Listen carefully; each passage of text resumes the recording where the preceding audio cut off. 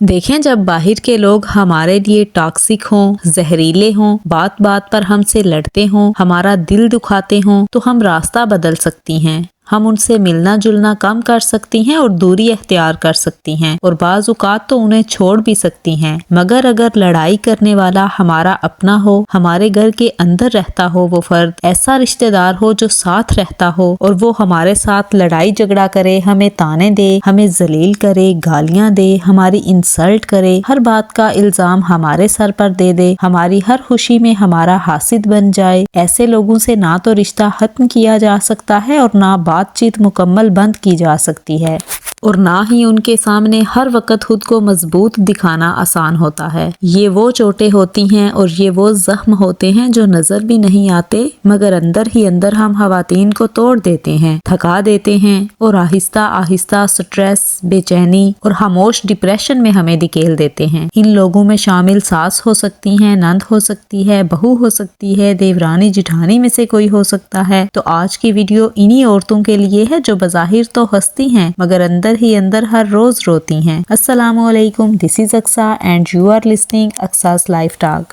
I hope you all are doing great by the grace of अल्लाह। अल्हम्दुलिल्लाह, मैं बिल्कुल ठीक ठाक हूँ और अल्लाह के फजलो करम से हैरियत से हूँ। व्लॉग में आप मुझे घर के मुख्तलिफ कामकाज करते हुए देखेंगे। देखें, जिन लोगों ने आपको दुखी किया हुआ है ना और आपका जीना मुश्किल किया हुआ है, तो ऐसे लोगों के साथ किस तरह खामोशी से, बुर्दबारी से, अक्लमंदी और समझदारी के साथ उन्हें कैसे डील करना है, आज की वीडियो में हम इसी पर बात करेंगे। मैं खुद भी ज्वाइंट फैमिली में रहती हूँ और अक्सर ऐसी सिचुएशन से गुजरती रहती हूँ। देखें, जब भी घर का कोई फर्द या कोई भी रिश्ता जब कोई आपसे बदतमीजी करे, आप पर बेबुनियाद इल्जाम लगाए, बात बात पर आपको ताने दे, तो उस वक्त ना आपने सबसे पहला काम ये करना है कि आपने अपने दिमाग को पुरसुकून रखना है, क्योंकि अगर आप आगे से गुस्से में जवाब देंगी, आपका जवाब मसले को हल तो नहीं करेगा बल्कि उसे और बड़ा बना देगा। जब हम सामने वाले की बात पर एकदम हाइपर हो जाती हैं ना और गुस्से में फिर उसे भी कुछ बोल देती हैं, तो हमारा जवाब देना बाद में हमारे लिए भी पछतावे का बाइस बनता है और अगले बंदे को भी फिर पॉइंट मिल जाता है कि इसने मुझे ऐसा ही बोला है। अगला बंदा फिर जब भी किसी को बात बताएगा ना, तो वो बात यहाँ से शुरू नहीं करेगा कि पहले मैंने ये बोला था, फिर गुस्से से इसने भी मुझे ये बोला है, बल्कि वो अपनी बात को ना छुपा लेगा, अपनी बात काट लेगा और सिर्फ आपका दिया हुआ जवाब सबको बताता फिरेगा। इसलिए ऐसी सिचुएशन में ना पुरसुकून रहना सबसे ज्यादा जरूरी होता है। ऐसे वक्त में खुद से कहें कि मैं इस वक्त रद्द-ए-अमल नहीं दूंगी और ये सोचें कि इसका लगाया हुआ इल्जाम, इसका दिया हुआ ताना मेरे जवाब का मुस्तहिक ही नहीं है। देखें, जो बंदा चीख चीख कर बात करता है ना, वो असल में खुद टूटा हुआ होता है और जो दूसरों पर इल्जाम लगाता है ना, वो असल में अपनी कमजोरी दूसरों पर डाल रहा होता है। मगर अगर आप ताने सुनने के बाद भी पुरसुकून रहेंगी ना, अगले बंदे को ये पैगाम मिल जाएगा कि वो कुछ भी कर ले, वो आपको तोड़ नहीं सकता, क्योंकि खामोशी और पुरसुकून रहना कमजोरी नहीं बल्कि अकल की अलामत है। आपका पुरसुकून रहना आपको स्ट्रेस से भी बचाता है और आपकी इज्जत में भी इजाफा करता है। इसलिए झगड़े के वक्त आप बिल्कुल खामोश रहें, मगर मुस्तकिल खामोश ना रहें। बाद में बैठकर उसे डिस्कस जरूर करें और हल निकालें, क्योंकि बातचीत करने से ही गलत फहमियां हल होती हैं। लेकिन अगर कोई आपको ताना दे और आप भी फौरन पलट कर उसका जवाब दे दें,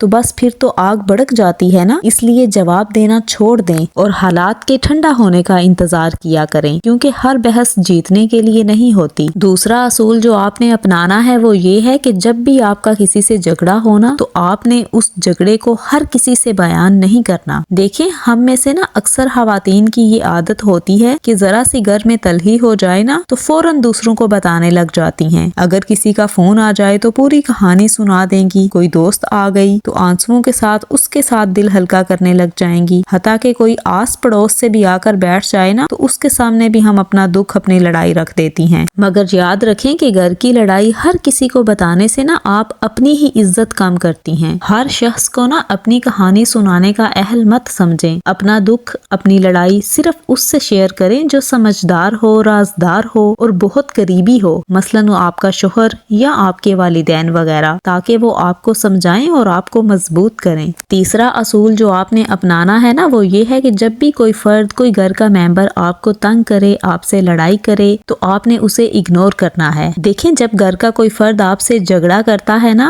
और आप उसकी बातों को फिर सारा दिन सोचती रहती हैं और परेशान होती रहती हैं या खुद को दुखी करती हैं, तो सामने वाले का ना मकसद पूरा हो जाता है, क्योंकि उसका मकसद ही आपको परेशान करना और दुखी करना था। आप खुश क्यों रह रही हैं, दूसरे आपकी इज्जत क्यों कर रहे हैं, आप अच्छा खा पी क्यों रही हैं, यही चीजें तो उससे बर्दाश्त नहीं हो रही होती। फिर वो हसद की वजह से आपसे झगड़ा करने लगता है और आपको रंजीदा करता है। जब आप उसे रंजीदा होकर दिखा देती हैं ना तो उसे फिर ये तस्कीन मिल जाती है कि उसका मकसद पूरा हो गया, क्योंकि वो फर्द तो यही चाहता था कि आप रंजीदा हों। मगर जब आप ये शो करेंगी ना कि आपको कोई फर्क नहीं पड़ा, आप पहले की तरह फिर भी खाएं, पिएं, हंसें, मुस्कुराएं, वॉक करें, अपने काम से काम रखें, पहले की तरह अपने सारे काम सर अंजाम दें, अपने आप में बिजी रहें, खुद पर फोकस करें, तो अगला बंदा ना ये समझ जाएगा कि आपको उसकी लड़ाई से कोई फर्क नहीं पड़ा, उसकी बातों से आपको कोई फर्क नहीं पड़ा। इसलिए लड़ाई करने वाले के सामने ना ये शो बिल्कुल ना करें कि उसके झगड़े के बाद से आप मुसलसिल दुखी ही हैं, आपकी दुनिया खत्म हो गई है और आप तब से परेशान ही हैं, आप खाती पीती कम हैं, बल्कि उसे आप खुश रह के दिखाएं और उससे बेपरवाह हो जाएं। थक गया था मैं परवाह करते करते, अब सुकून सा है जब से बेपरवाह हुआ हूँ। और चौथा असूल जो आपने अपनाना है वो ये है कि माजी को मत घसीटें। देखें, जब भी आप झगड़े के अंदर अपनी पुरानी बातें करेंगे ना तो लड़ाई फिर कभी खत्म नहीं होगी। इसलिए पुरानी बातें दिल से निकाल दें और पुरानी बातों को भुला दें। पुरानी बातों को भुला देना ही अक्लमंदी है, इससे ही घरों में सुकून आता है। जिस तरह आप चाय पी लेते हैं ना और फिर उस खाली कप को दोबारा भरने की गुंजाइश बाकी होती है, इसी तरह जब आप पुरानी बातें दिल से निकाल देते हैं ना तो फिर नए रिश्ते, नए एहसास, नए जज्बे आपके दिल में पैदा हो सकते हैं। नबी करीम सल्लल्लाहु अलैहि वसल्लम का भी इरशाद है ना कि सबसे बेहतर वो है जो अपने घर वालों के लिए बेहतर है। इसलिए अपने घर वालों के लिए बेहतर बनने की कोशिश करें, सुकून वाला बनने की कोशिश करें कि आपकी जात से कम दूसरों को फायदा पहुंचे, आपकी जात दूसरों को फायदा देने वाली हो, आपका हाथ ऊपर वाला हाथ हो यानी देने वाला हाथ हो। दूसरों के लिए ना नफा बख्श बनने की कोशिश करें और मिसाल के तौर पर सोच लें कि आप दूसरों को कोई नफा नहीं दे सकते तो फिर कम से कम ऐसे तो फर्द बन जाए ना कि किसी का कोई नुकसान ना करें। अगर